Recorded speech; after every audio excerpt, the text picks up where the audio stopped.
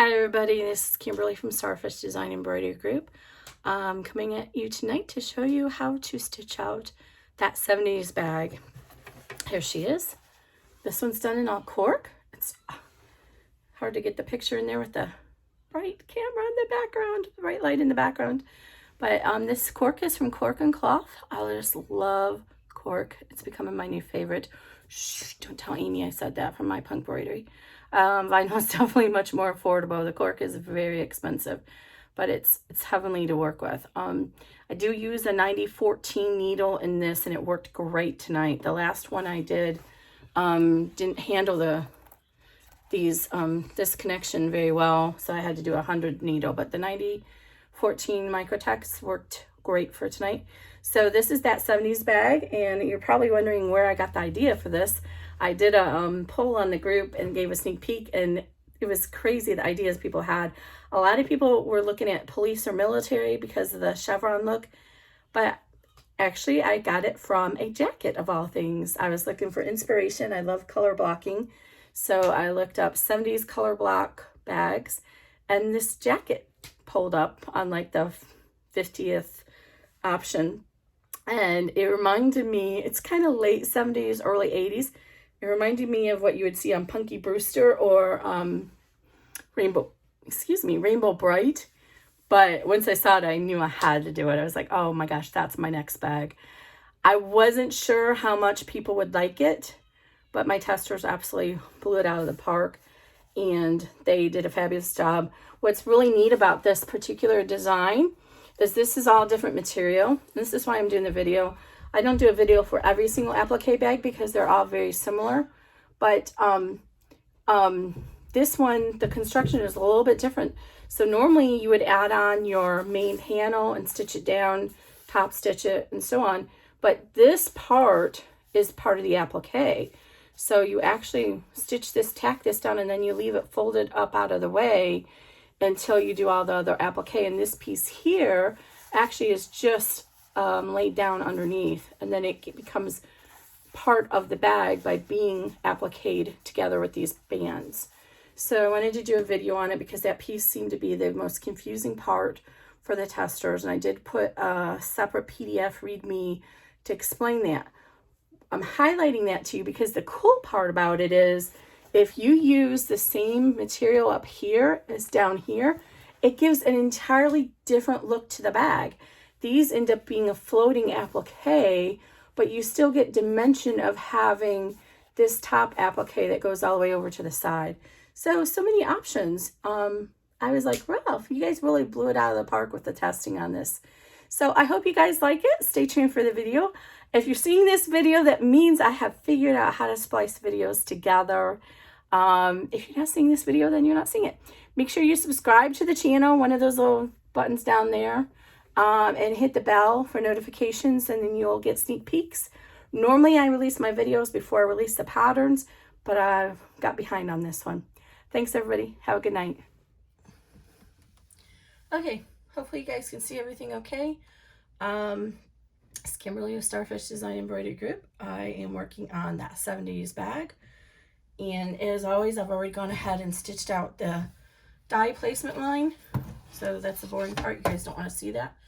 So I'm working on poly mesh, no show, non-fusible. You don't want fusible. This is really lightweight, so it'll not make your bag stiff. If you can find a very soft tearaway, then you can do that, but I haven't found one that's soft yet. The closest I've gotten is 360 from Pellon, but I use that, and I used to recommend it in the beginning of my designing, but I found that over time it's hard to get the little nibs out of the zipper, so I've stopped doing that one. So we're going to go ahead and tack down our zipper with some tape, and you'll see there's 3 placement lines for the zipper, and ignore the fact that my tension was off over here. It's not important. It's just a general idea of the bag, so if you need to center your fabric. So I always like to start at the right side of the zipper. Always, when I'm talking about direction, I mean in reference to the bag, not the hoop. So keep that in mind, because you may have yours oriented in your hoop differently than mine. So once I get that centered or stabilized, then what I like to do is I want to line up the center of the zipper, and you can see really well on this black and white with the white thread on that center zipper placement line. That's all I care about, really. I don't really even need those 2 lines, but they give you a little bit of a frame of reference. But I'm going to be centering my zipper over that line, and what I like to do is I start at the end, and I get the beginning centered, and then I put the little piece of tape. I use small pieces of tape as I go along, and then I walk the zipper. That's what I call it, walk it, roll it, whatever you want to call it. I bring it down and roll it, walk it down, holding it tautly as it's centering over that center placement line. And I try to get the tape just on the very edge of the zipper tape or zipper ribbon, however you want to refer to it, so that it doesn't cut into it. I don't find that I get too much issue with gumming up of needles with this transport tape, but if it doesn't go through the tape, then I can reuse the tape more times. Okay, so then I'm going to go ahead and come up here and do the same thing. I'm going to hold it tautly and put a couple pieces of tape. Sorry. And it just helps to hold it. This piece will get off kilter if you don't do that, if you don't put some tape there.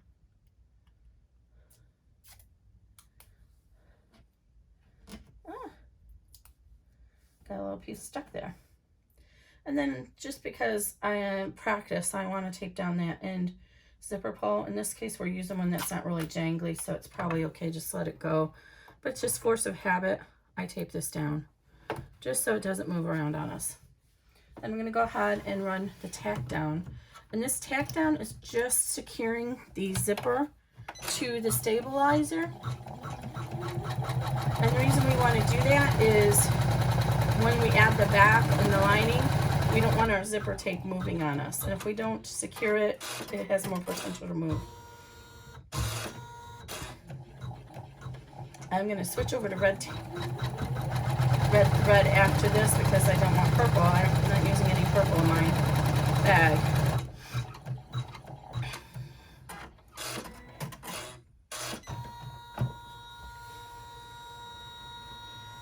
Okay, so now I'm going to go ahead and pull off the tape and tuck that up here on my arm. I might be able to reuse some of that. And I'm going to pull it off at the end too because I always forget to do that and then it gets stuck. So pull it off at the end. You don't need this anymore.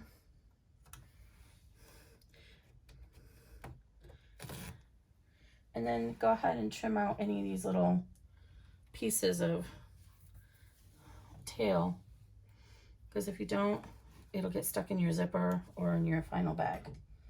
Okay, so we're going to turn to the back. And again, remember our reference of top and bottom is in regard to our zipper in our bag. We're going to take our first lining panel and we're going to lay it right side down so that the long edge of the top of the zipper panel is aligned with the bottom of the zipper placement line. So if you're using a number 5 or number 4.5 zipper, they actually have, where's my little sticky thing? The zippers are 1.25 inches, so it will come down to here, but everything is digitized based on a 1-inch zipper. So line it with the bottom placement line from the first step. In this case, it's the bottom of the zipper because I happen to use a 1-inch zipper.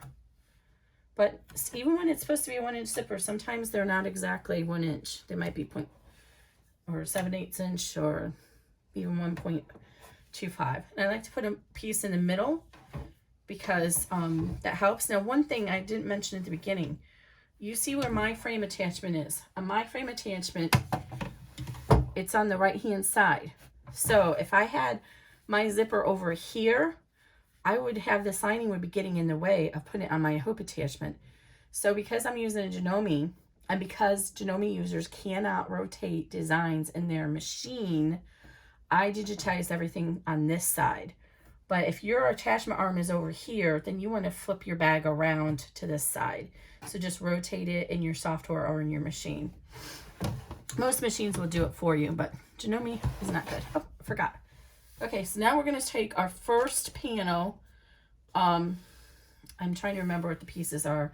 This is A in the directions. This is, the lining is B. So we want to take our panel A and we're going to lay it right side down, just like we did the lining, and tape it down in place. So the bottom of the panel is even with the placement line of the zipper. If it's directional, then lay it down like this and then flip it over so you'll have it in the right direction. Okay, and then we're going to go ahead and run the tack down stitch. Oops, I was going to change the thread color. I'll do that next.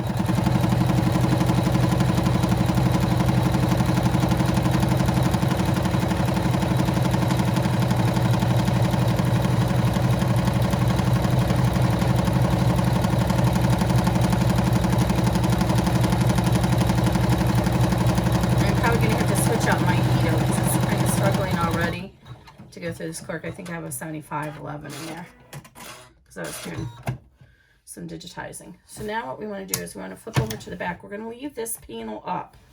Normally we'd flip that down and do our top stitching, but in this bag I'm not doing the top stitching because I don't think it looks attractive with the style of the bag. If you want to do the top stitching though, you can fold it down and do the top stitching. And then I'm going to go ahead and fold this down because we do want to catch the top stitching on the lining so that it helps to keep this lining from pulling up and getting onto the zipper. So I just did a quick finger press and then just make sure this is tautly pulled down and tape it in place. And then we're going to go ahead and do the top stitch. I'm going to switch over to the red thread. And you see I had a little bump out right there, and that's because the cork is so thick. So I'm going to switch to the other needle while I'm at it. I'm going to do a 90-14. Let me double check. I think this is 75-11. Yep, it was. So I'm going to do 90-14 for the satin stitching because the cork is going to need 100 for construction, but I'm afraid the 100 would eat through it during the satin stitching. So I'm going to do a 90-14 for the satin stitching. Actually, I'm going to stick with 75-11. We'll switch over to the 100 though when we go to do the construction. I think the 75-11 will be better for the satin stitching. Yes. Okay, so I'm going to switch over to red thread though. Maybe if I can get this thread undone. This is foo-foo thread. I have a lot of foo-foo thread because I got some with my original machine. I had a ton of it. And then I actually found a few on some stash sites.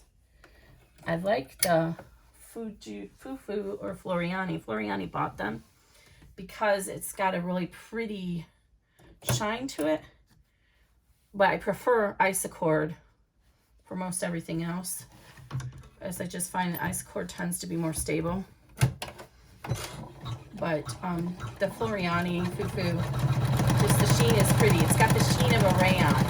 And you do not want to use rayon when you're doing bag construction because rayon is very stretchy. And especially if it gets wet, if you ever have to wash it, it's just not ideal for construction. It's fine for applique, but not for construction. Okay, now before we go on, we're going to flip the lining on the back up and tape it out of the way. And it's going to stay up and out of our way for the next, whatever it is, 10 steps. Because we're going to do all of our appliques, and we don't want the stitching to go through our lining. This is the confusing part. Normally, with any other bag, you would go ahead and fold this down now and start. We're not going to do that this time. You want to leave this up. Instead, you're going to take your lining, your front panel, exterior panel, which is going to be the backdrop for the applique, and you're going to lay that down. I'm using this pretty feathery material, and you're going to lay that down so it's just right underneath. I'm going to try and center this a little bit. or not center it, but I want to make sure I have enough seam allowance over here, but I cut it a little big. So you want it just underneath. I didn't line this up very well. So you want it just underneath your zipper. So then this is going to get folded down at the end and stitch it down. So for right now, we just want to lay this panel just like that, and I'm going to tape it to hold it down. That's all we want right now. And then we're going to run a little tack down that's going to hold that in place.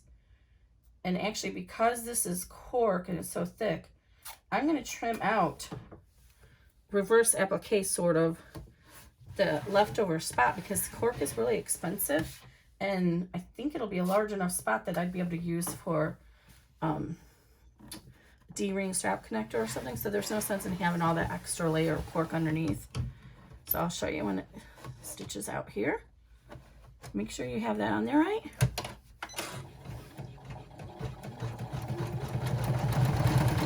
So this serves as a tack down, but you'll see how much a large area will be left open, and you can trim that out if you want. This is not described in the manual, in the PDF, because almost everybody just left it, but it's a large area of cork just to leave, and it's just going to be redundant. Structurally, we don't need it because this is going to get tacked down, and it's going to form the extra piece of, basically it's going to form the panel. So I'm going to get my applique scissors, and I'm going to take this off, and I'm going to carefully come in here and cut away, leaving about 1/2 inch left. So since you put it underneath that zipper panel, you can get this pulled up and do that. And you'll see how much cork I am going to save from doing this one step. Again, we don't need it for the structure of the bag. So you leave a 1/2 inch because the other pieces of applique are going to overlap this, and that'll form a nice secure seam inside the bag. If you were to just cut this close to the bean stitch and then lay the appliques down and cut those close, you'd basically be satin stitching pieces of material together, and that's just not very secure. So it's best to overlap and have a little bit of bulk than to take a risk that you're satin stitching. Are these my gingers? These are like, they are. They're hard to, I think I need to oil them. They're like hard to open and close. But yeah, you don't want to get it too close. About a 1/2 inch to 1/4 inch so that you have a good seam allowance. And then when you satin stitch your applique on here, it's going to form a new base of the material.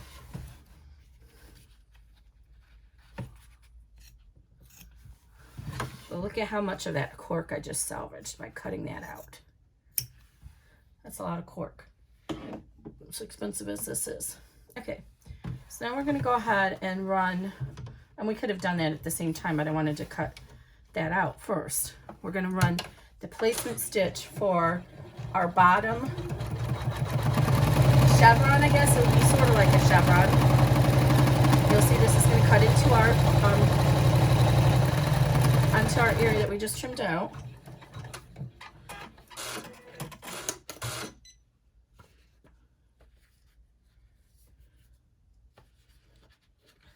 And what did I just do? I swear to goodness, Kimberly, I dropped a piece of cork.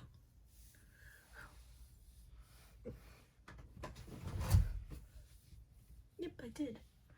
Okay, sorry about this, guys. I gotta get this cork. Oh, goodness.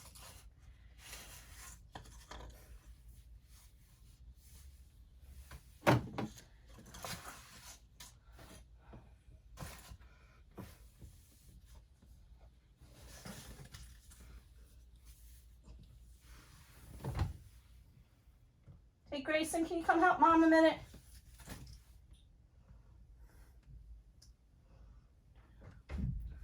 Oh, yeah, I think I might have found it. Oh, you're already here. Is it? I dropped a piece of cork. Can you get that piece? I think it's that piece right there. No, the cork. Yes, thank you. Okay. I got here. So now we're going to go ahead and You see there's our placement line. And we're going to lay our bottom panel down over that placement line. Make sure if you cut it right, you should have a nice overlap.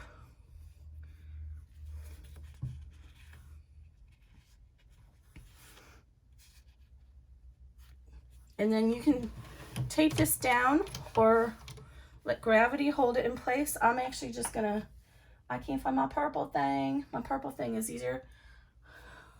I'm just gonna hold it with my, just to get it started, and then it'll hold it in place. And I'm not gonna change the color of the thread in between because it's such a thin line, it'll be covered up with the satin stitching.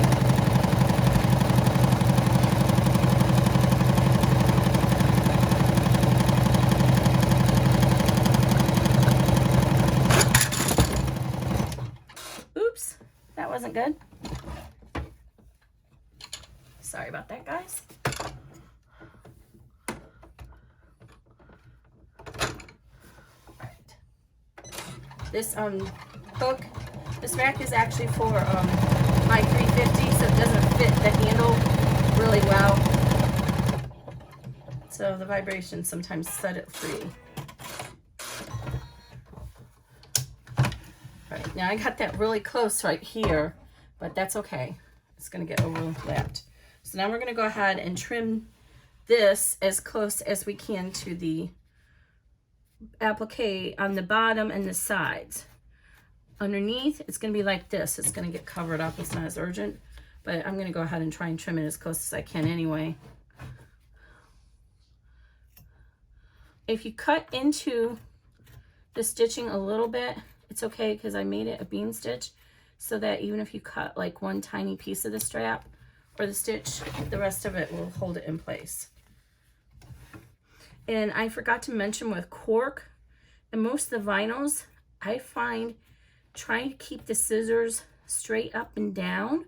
Like when you're doing cloth, usually you want to go in at a bevel, but on the cork or any vinyl that has this kind of fibrous back on it, try and keep it straight up and down, because if you come in at a bevel, it's going to leave a tiny little layer of that fibrous material, the backing, behind. And when the needle starts stitching for the satin stitch, it's going to separate. And then you're going to get tiny little pieces of that backing are going to show through your satin stitching, which you don't want because that won't look nice.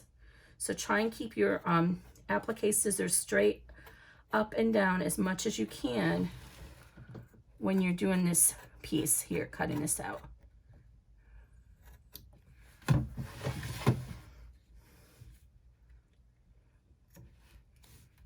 And I had to be careful there because where it fell off the machine, didn't really get the satin stitch in, or the bean stitch in there. All right. So there's that. So now we're going to make sure our lining is still out of the way, and we're going to run the placement for our next applique.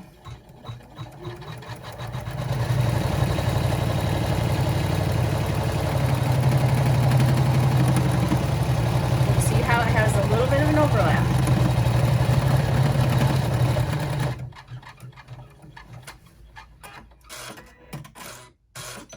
Don't mind my hands, I got black ink on them from my pen. So see, there's a little bit of an overlap. That's planned so that you have a nice solid construction of your bag. So just like that, we're going to go ahead and place this over, make sure it's overlapping everything, and tack it down. Make sure that your lining is out of the way. Now over here, my hands are far away from that needle, so I can hold it just enough for it to take effect. Because the transport tape will pull the ink off the cork, I've discovered. Because this cork is painted or dyed. And some of it's dyed, some of it's painted.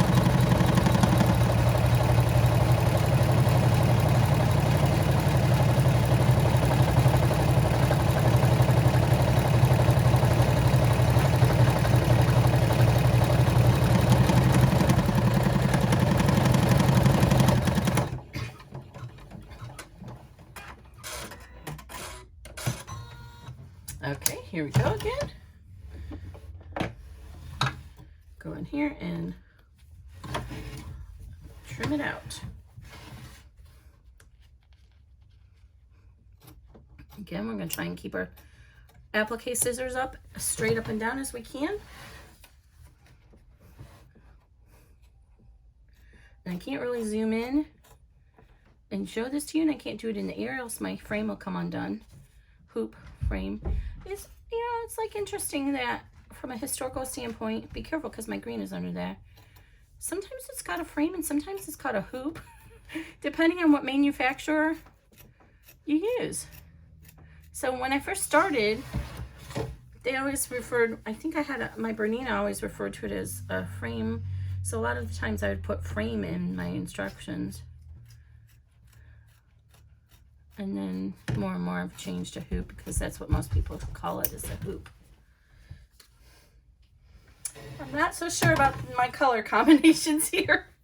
I really wanted to use up, this was from Cork and Cloth. They had a end of the row kind of sale. So I'm trying to use up that. I'll be right back. There goes my son, sorry about that. He knows the routine. But sometimes he's almost 9. You all know we've had children, know what that means. I don't need to say anymore. 9 going on 20. We are almost to the tweens. Can I go with a walk with them, please? I'm on the phone, Grayson. You have to ask her permission. Oh. You ask her if you can and then come back and let me know what she said. Okay. You do not take the dog. When I bring her bike. No bike. Why? Because you're walking to walk. Okay. Now, just like before, we're going to run the placement for our last, well, our third applique band. Technically, this is our last applique.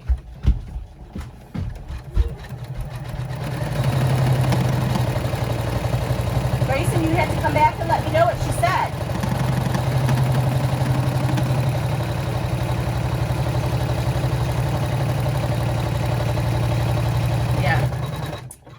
He's suddenly made friends with the neighbors across the street. They moved in a year ago, but really, for whatever reason, we haven't met them or done much. But okay, so there's our last separate one. We're going to place it over there, just like before. And then tack it down. Oh, this is going to be hard because now I got the red in here. What is this? Why don't we put the color we're going to use for that in next? No, I'll just leave the red. I'll be able to see it. Okay, so same thing here. I'm going to go ahead and hold this off over here until it takes a hold. And then move my hand out of the way because you do not want your hand anywhere near that needle. See how you make sure your lining is out the whole time.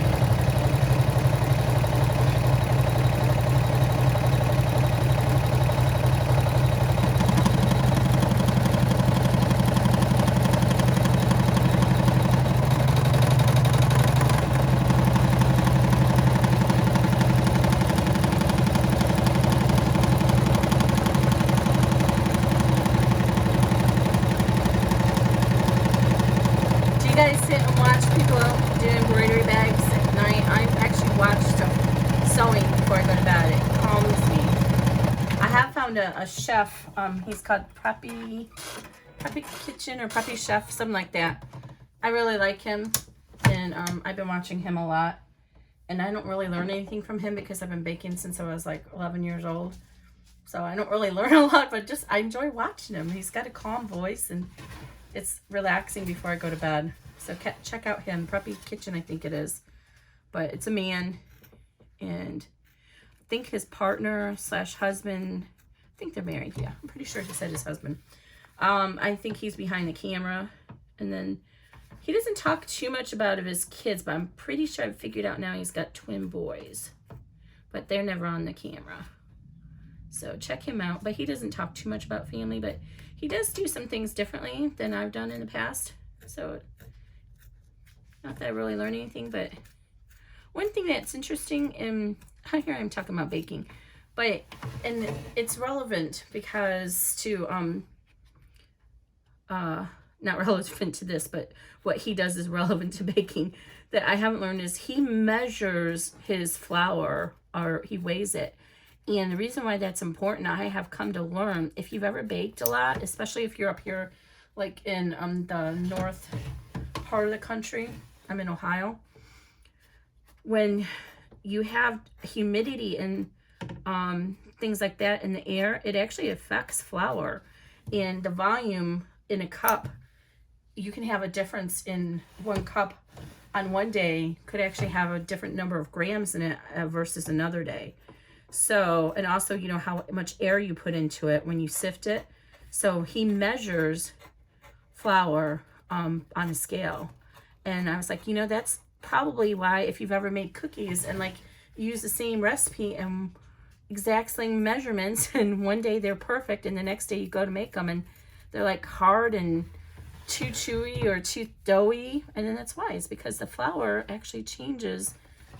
Is it viscosity the right word?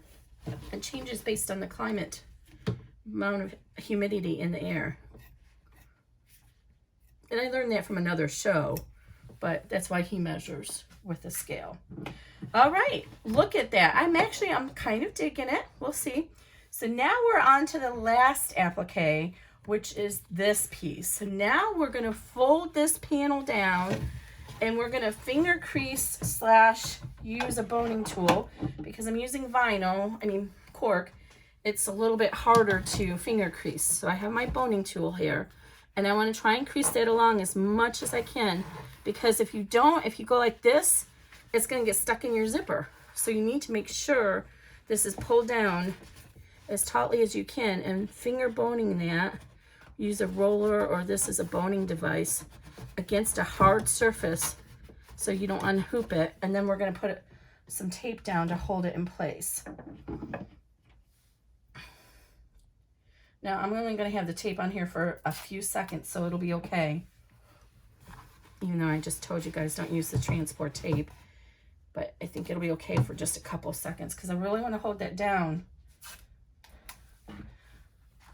Might need to get some masking tape because this is not wanting to hold it down very well. Let's try over here on the sides.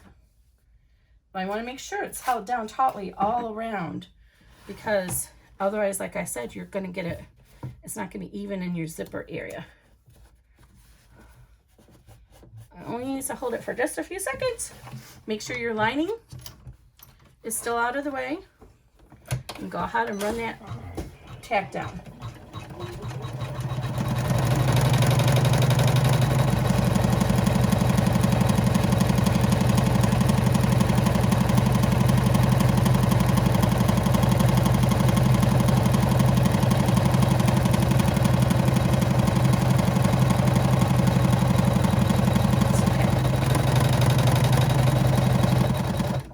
It was starting to budge up a little bit, but it's okay. Well, I really cut that too big. Okay, now you see that I can go ahead and trim off. I'm only going to trim off the bottom. I'm not going to trim the top or the sides. I want to leave the sides alone because that's going to be in our seam allowance. And if you trim it, then it's going to show in your seam allowance and cut out. Okay, I'm going to remove the tape from the bottom piece too, because I didn't do that yet. It's all tacked down. We don't need that tape. Okay, so I'm going to come in here from the side like this, so I'm not cutting into my side seam, and then I'm going to trim underneath. And then we're going to start doing our applique, and we're going to start from the bottom and work our way up. And I'm going to change the color of thread each time. Shh, sorry, my dog. No. She's mad because the child left. I'm going to change my thread each time so it matches, but you don't have to. This is your bag. You decide how you want to do it. I was actually thinking about leaving it all black. I thought that would give it a smashing stained glass kind of look. One more thing before I continue. I have lost it. I prefer the fabric-y kind of stabilizer, but I apparently have lost that. I'm going to put a piece of scrap stabilizer underneath it to help support the satin stitching. Remember, I'm still got that 7511 needle in it, and after that we're going to switch over to the 9014. So all I'm going to do is float this underneath like this and just hold it in place when you put the hoop back on, and it'll be fine. That's good timing because now the child's home. That's good timing because your dog wants to go out. I don't care. Let her out, please. All right, so I'm going to change over to the green.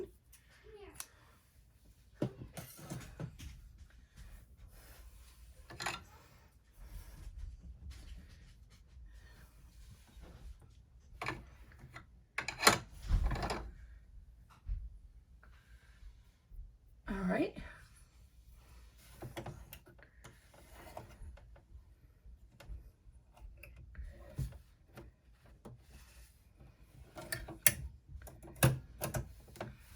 Alrighty, and then we're going to go ahead and start our satin stitch. Okay, my black fell off when I was doing when I dropped it. You definitely do not need purple.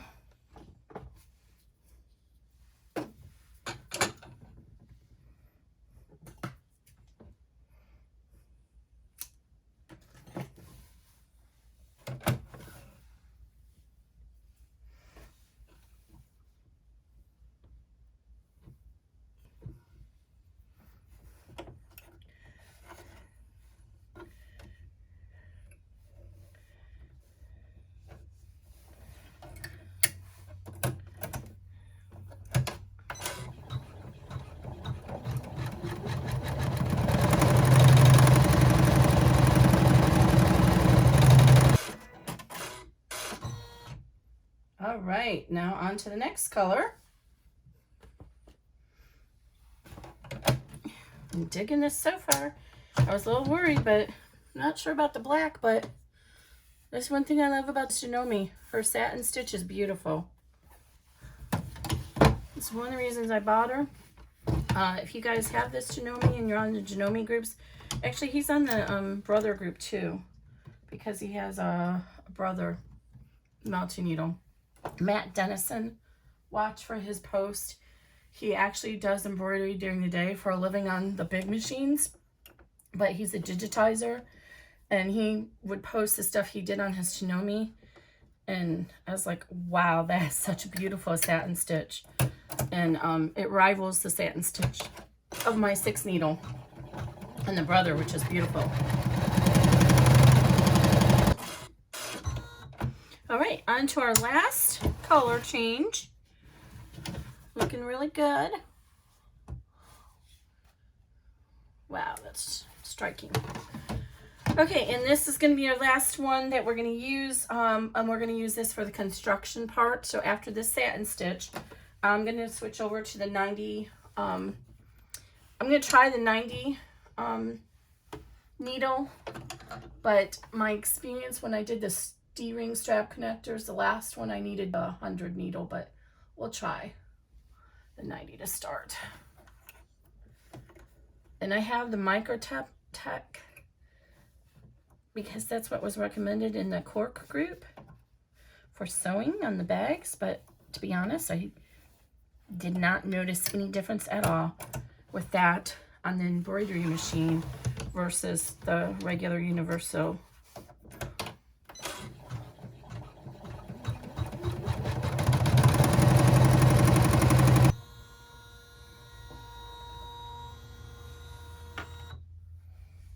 Okay, great. We're all done with the satin stitching. See how pretty that is? Okay, so now we're going to go ahead and turn it over. Oops, my stabilizer kind of flipped up on the back. Oh, and you can tell my tension is not very good because look how you don't see any white on here. I'm not sure what's going on. I might need to take this into the shop because I've been having some tension issues with it.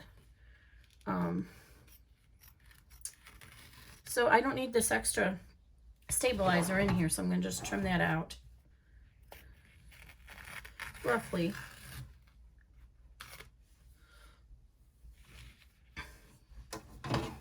And then we're going to fold our lining down and tape it so it stays out of our way.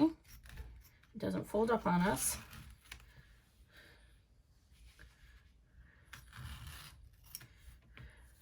And because this is so thin, it's not really going to bulk up that area. Okay.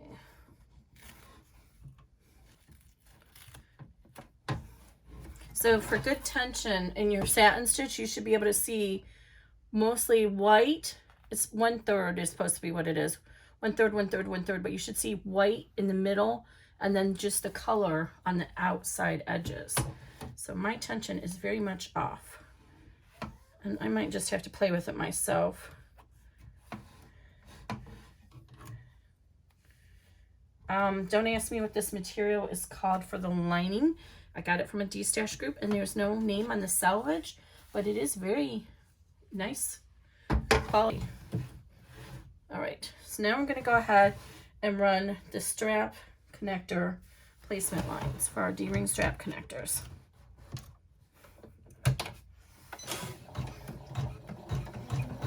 And it is not a mistake that they're zigzag. I got this recommendation / request from a member in the group. He was mentioning how he always changes those stitches to zigzags in his software because it's easier to see. So the placement, the tack down is a bean stitch because it gets tacked down again when you do your final stitching. So I worried if I do the zigzag again there, it might potentially show in the seam, and I didn't want that.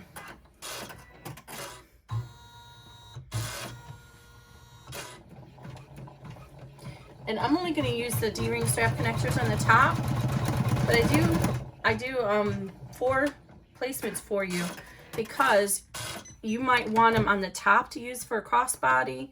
You might want it just on one side to use with a wristlet strap, or on the other side if you're left-handed, or you might even want to put them on the side to wear around your hips like a hip hugger bag.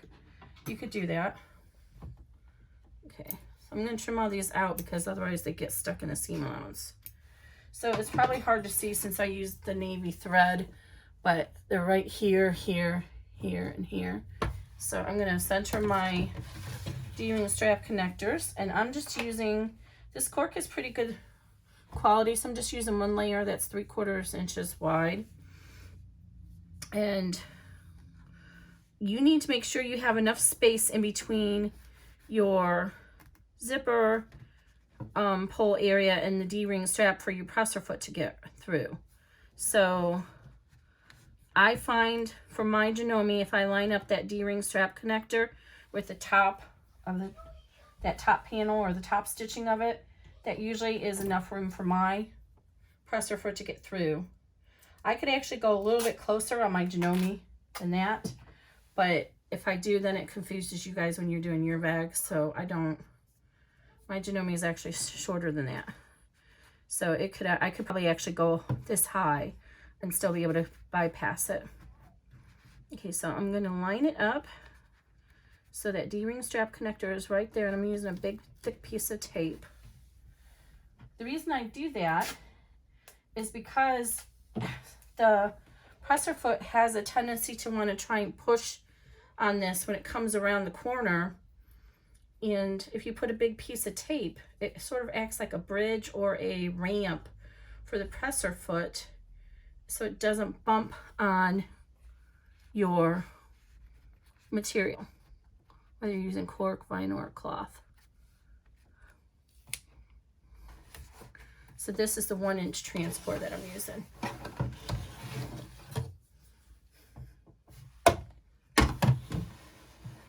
Oh, and I didn't change my needles yet. I'm going to change the needle because this is where it's going to get thick and I know it'll break. This is 7511, so I'm going to go up to the 9014. 9014 Microtex Sharp.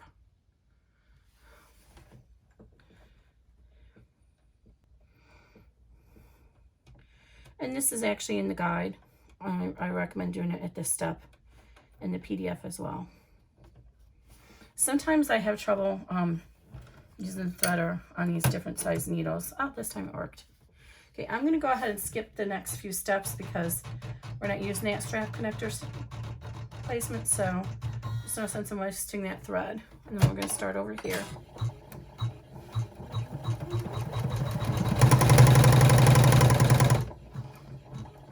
And because my Janome likes to move all the way out of the way, that time it was okay, likes to move all over the place, I like to pull that presser foot up in the back.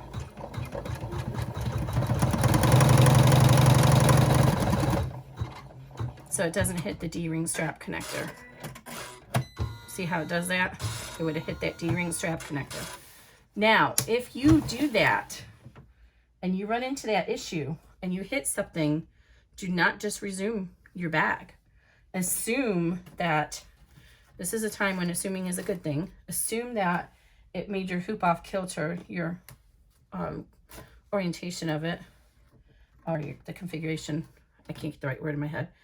And restart your program. So what you do is you look at your computer, or your monitor here on your embroidery machine. You see what step you're at, what stitch you're at. Turn off the machine, start it back up, and it's going to let the hoop, the frame reset. It's going to give you a message. Most machines can restart, and it's going to say, do you want to restart? You're going to say no, or hit cancel, whatever the option is. You don't want to restart. Load the file in freshly, and then fast forward to whatever that placement was you were at when you hit something. Because if you don't, the likelihood of this staying in alignment is not very good. So now we're ready to put our back lining on. I'm going to skip forward. I got to skip that. Now, if you are using the credit card slot, this is the time you want to get that out. Credit card slot, you would go ahead and find your center between your beginning and end of your zipper placement line. Mark that here and line that up with your credit card slot center. I did not choose to do the credit card slot, so we don't have to worry about that. Okay.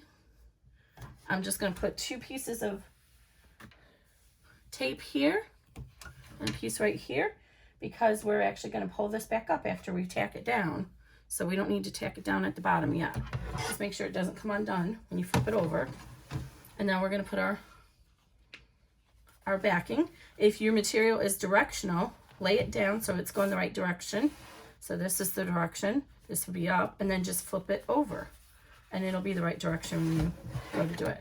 So we're going to line this up with the bottom one because remember I cut it a little big. I'm trying to reserve my cork. And then I'm going to go ahead and leave it abutted a tiny bit over because for some reason I find the cork, some reason it pushes the, even though we have plenty of room, it's so thick it likes to push away. So I bring it over the top of the zipper by about 1/8 of an inch, and it helps give that little bit of a bolster when the presser foot comes here and wants to push it.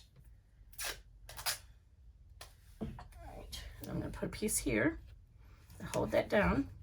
Okay, now we're going to run our tack down.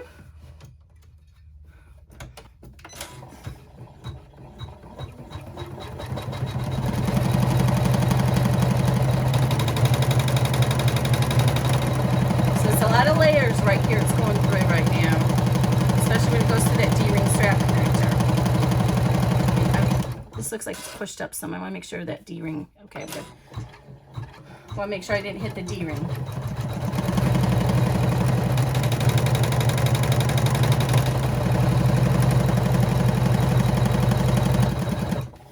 Now I always say in my pattern and everything, it's really important that you know how much your machine can handle, because these machines were not meant to do all this crazy in the hoop stuff we shoot at it. especially some of the lower end machines, and you could break your machine if you get the timing off or anything. So don't attempt to do this if your machine can't handle it. Like I had a Bernina 180, and that's how I got into all this. I was just trying to do a pattern on jeans, a patch, and it just couldn't handle the density of the pattern. I do think the pattern was part of the issue, the design, but really it just couldn't handle it. So that's how I ended up getting into this, is because I wanted a new machine. So I finger pressed that. And this is the opportunity where you can go ahead and, my sample was sitting here, where'd it go? You can choose whether you want to do the top stitching. I'm not going to do the top stitching because I didn't have a good experience with it with cork, but I include it because some people want the top stitching. So the top stitching is right here. The drawback to having the top stitching is it can make this, you can see the material of the backing a little bit more, and it can make the D-rings kind of jut up. But it's fine once you have the strap on it and you're hanging on it. But I just like to call that out to people. That's the drawback to putting that top stitching. So I'm going to skip the top stitching. Also because, like I said, this machine has trouble getting through all those layers and it doesn't do the top stitching well. So, but we are going to stitch it through to help hold the lining down and also for integrity of the structure of the bag. Because normally what we would do is we would stitch this one seam and then flip it over and on a sewing machine and do the top stitching. And it's not just for decoration, it's because that adds extra structure to the bag. And it helps the bag and the zipper stay together. Okay, I'm going to remove these pieces of tape before I forget them. And now we need to move our zipper pull. So make sure your back has not come loose. So you still need that out of the way. And now we're going to go ahead and open up our zipper. I like to pull the pole, didn't mean to use that word twice, all the way over to the second D-ring strap connector. Now if you want, depending on the bag you're using, I have not found the need to do it, but you could put a piece of tape right here to hold the zipper together when it's coming across here. I haven't found the need for that, but some people have had to do that on their bags. So you can do that. Now this is really weighty, so I didn't have to pull it very much. So, but some materials, some vinyl will want to come up like this. So you really have to pull this tautly and secure it in place. I'm not having that issue with the cork, so I'm just going to tape it. So what we're going to do now, and again, my patterns are a little different than other digitizers. We're going to stitch the exterior closed, and this is going to be our turning pole. And this eliminates us having to go around the bag a whole bunch of times. Because every time you do that, you're putting needle punches in your bag, and that's going to risk opportunities to for the bag to shred. And again, I try to do everything the way I would do it if I was doing a sewing bag on a machine. And in a sewing machine, you would have the exterior together, the lining together, and go one big loop around one time. And that's all you would do. Okay, so now we're going to stitch up here all the way around. So we have to go ahead and put our lining down on the back. This is our last step. Your machine shows one more step after this, but that's just to stop the presser foot from going to center. So you're going to skip that. So before we do this, we want to remove the stabilizer behind the zipper. It's easier to do now. I learned this trick from Ricky Gardner at String Theory Fabric Art. So I like to get the seam ripper is what I find the easiest. And you can see the metal behind the poly mesh so that you make sure you're not cutting into your zipper or your material. I just go down one side and then I flip it over and go down the other side. Now you do have to kind of hold it a little bit to help with the tension on this side since you just cut it away on the other side. So just hold it and slide it right down. And then I just use scissors to trim out that ends. And I wait until this step to do it because you see how it kind of makes the bag a little loosey-goosey when you do that. You've now taking the tension away here. So now go ahead and roll this down. And now this is where you want to fold this down and hold it tautly. Give some tension to it, because with that top stitching, it kind of pulled it the other direction. So give a little bit of tension to it. I do the center first, and the tape is not sticking. And then I do the two corners, because if you don't tape down the corners, they tend to come up when it's stitching around.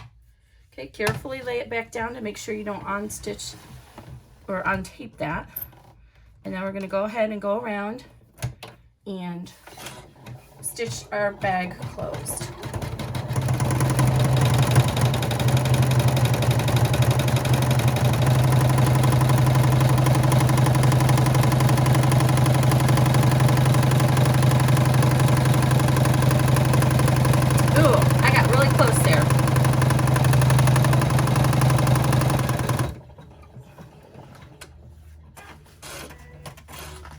That's okay, because I'm going to trim that far, but do better than me. Me trying to salvage all this cork. This is just a carry stitch to help so that it doesn't go from here over to there and get stuck on the D-ring. I force it to come down here because I want to start from the top going down.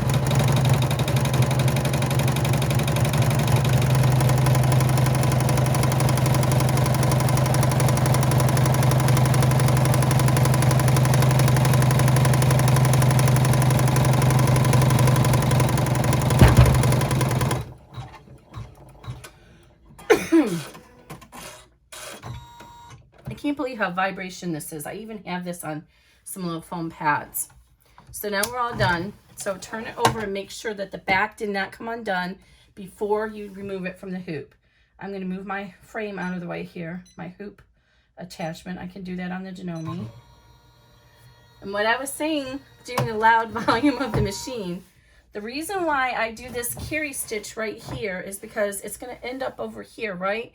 And on most machines, if it starts, I want it to start up here, it's going to come like this, and then here's your D-ring strap connector, and it's going to hit it, and it's going to get stuck. So I force it to come over here, so that it's ending here, and it'll come up here. Now, why do I start it up here and not just go like this all the way around?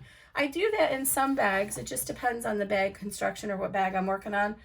But especially bags like this, I much prefer to start up here, because what I find is when you go like this all the way around, if there's any kind of sag in here at all, there's going to be a sag because there's hardware in here pushing up on this material. So there's like a little bagginess here where it's pushing up. And when there's sag in there, when you come around here, any sag, it's going to push up and potentially bunch up right here where your zipper is, and you don't want any additional bunching there. So if it's going to bunch from the sag, I'd much rather it bunch down here as opposed to up here. So then it ends up in the bottom, and you can work it out when you're taking your trimming it out. Okay, so now let's go ahead and remove it from the hoop. One thing, this is like a newbie / lesson learned. Do not trim your D-ring strap connectors even with your bag. There's a lot of pressure put on those D-ring strap connectors and from the weight of carrying the bag. And if you do that, it's more likely that those are going to end up tearing apart. But if you leave a little bit extra there, there's a little bit extra give, and they're not going to be as likely to break apart.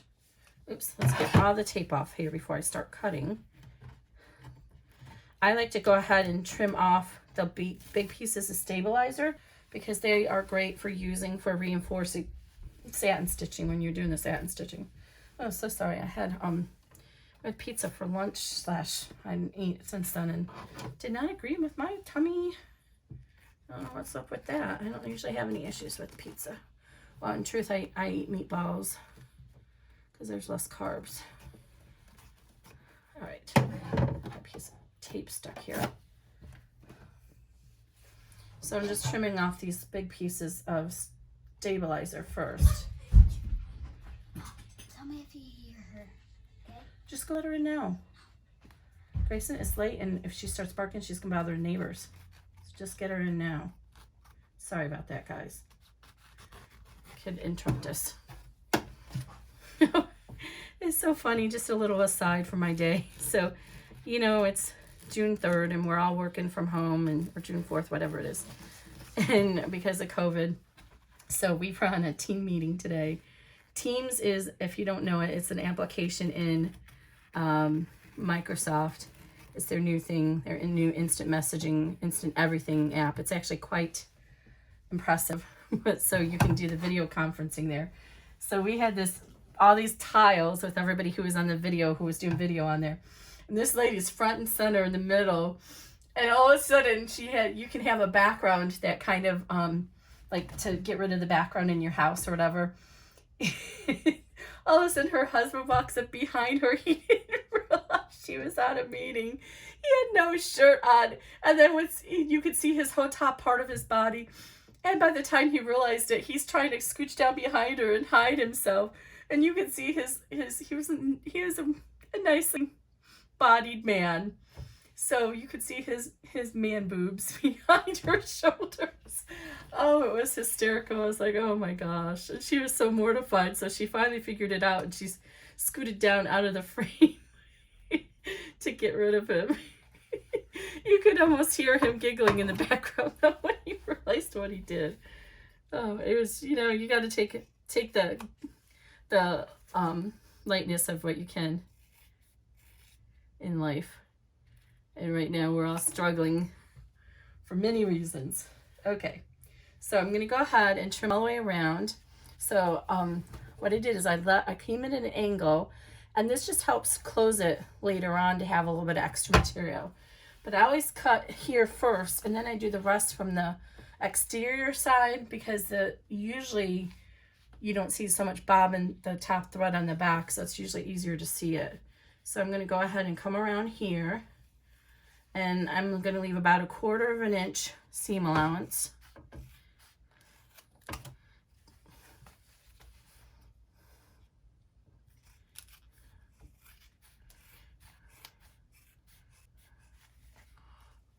Curve around here. And we don't need our exterior to be longer, so just go ahead and pull this down like this, and then trim around here. And also you can trim this here even too. All right, move this out of the way. Now I'm going to show you guys, I like to trim notch the corners of the bag when there's curve. Oh, shoot, my son got a necklace stuck in this. I got this cool new thing from New Moon Stitches that my son got a cord stuck in. See if I can get that out. I don't know if it's gonna work. How did he do that? Okay, I think I got it. There you go. Sorry about that. Okay, so there's like a little blade in here. You see that? And it cuts in here.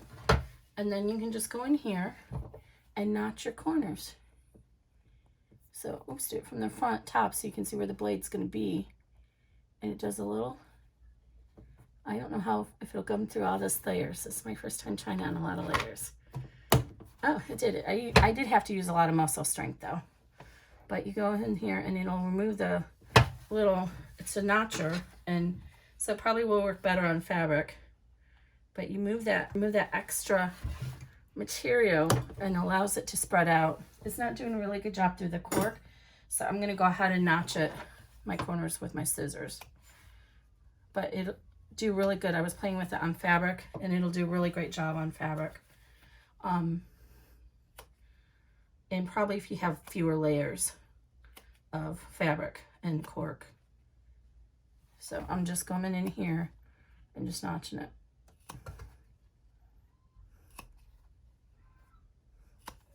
like that. And you can trim out this little bit of corner here to reduce the bulk. Just don't cut into your zipper. Pull that aside, and that'll help your placement there be a little bit better when you go to trim that out. Just don't cut into your zipper. All right, now this is the time where, and these are the Kai 7000 series scissors. They are amazing. 7000 series. And if you need help getting your bag turned, you can use these hemostats. These are rounded edge ones, and reach inside your bag and just kind of pinch the material into there. I usually do one corner at a time. And of course I'm having trouble doing it now. And then it just serves as a second hand and you can pull it through, but it's not working with me today, so I'm gonna just go ahead and do it this way. And then, so I always go one corner at a time. The cork, it's a large enough turning hoe, so it's not a problem, but when it's a small turning hoe, I notice that in the cork groups, they tend to turn at the opening and then work their way out. I don't know. But I leave a large opening in here because if you're using the credit card zipper pocket slot add-on, then you need a little bit more room to turn because there's so much bulk in there.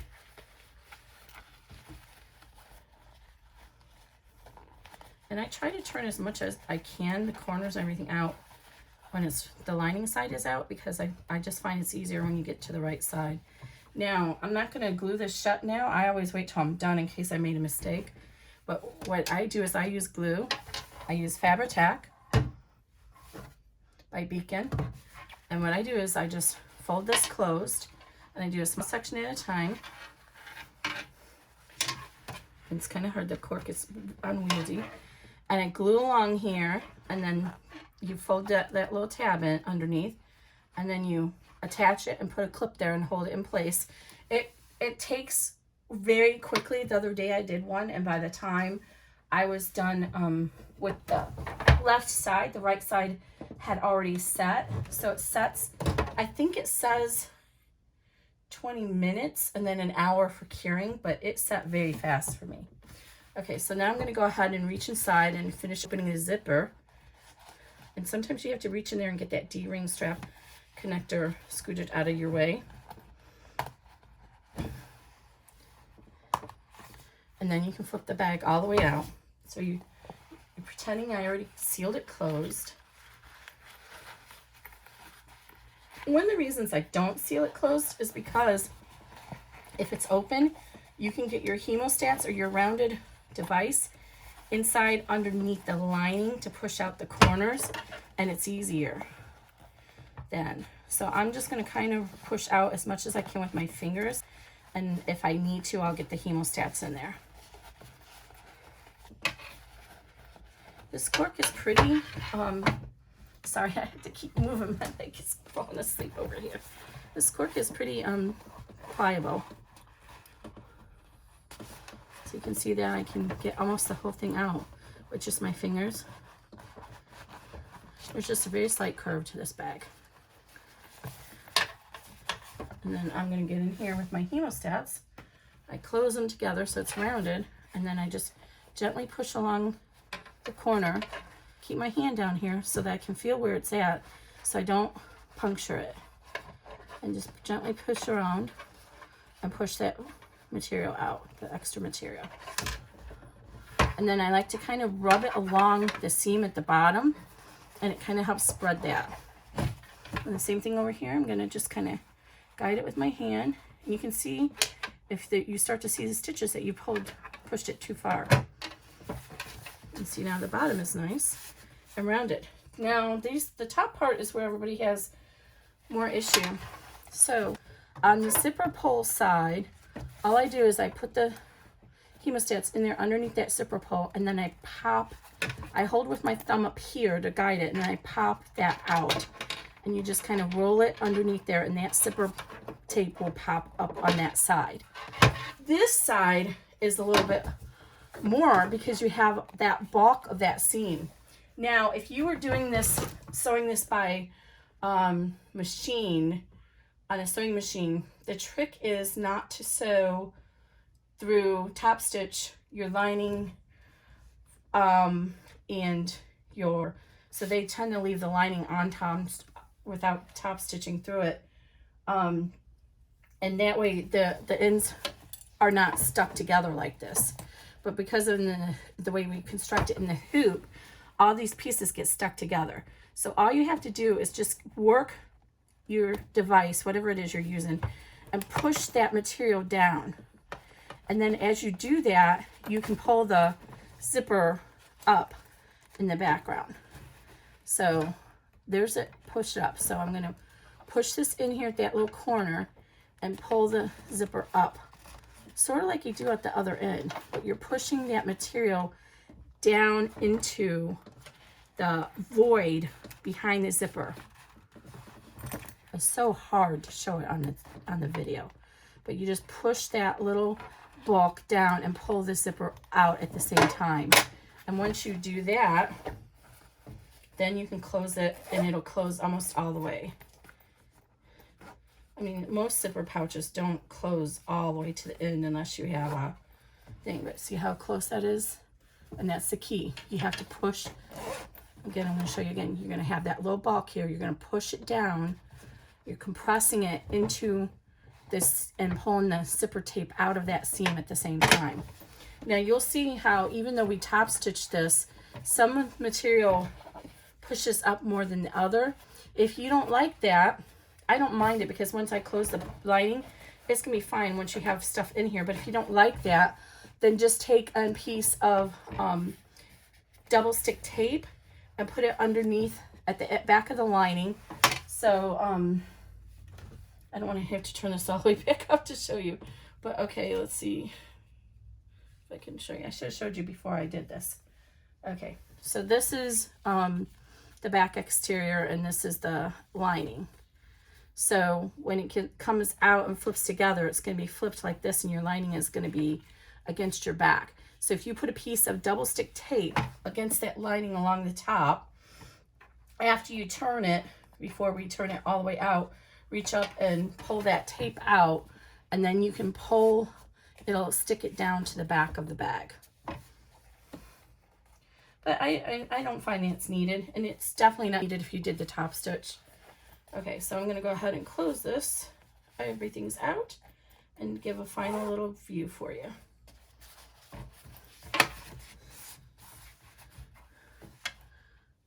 All right, guys, this is the 70s. Oh, I thought I cut into the cork too much. That 70s bag. I hope you guys liked it. If you like my channel, please go ahead and subscribe. I think it's down here somewhere, the button, and hit the bell so you'll be notified. Normally, I actually put the videos up before I release the pattern, so you'll get a sneak peek at what's coming next. And leave me some comments if you want. Again, Starfish Designs Embroidery Group on Facebook and Starfish Embroidery on Etsy. Have a good day, everybody.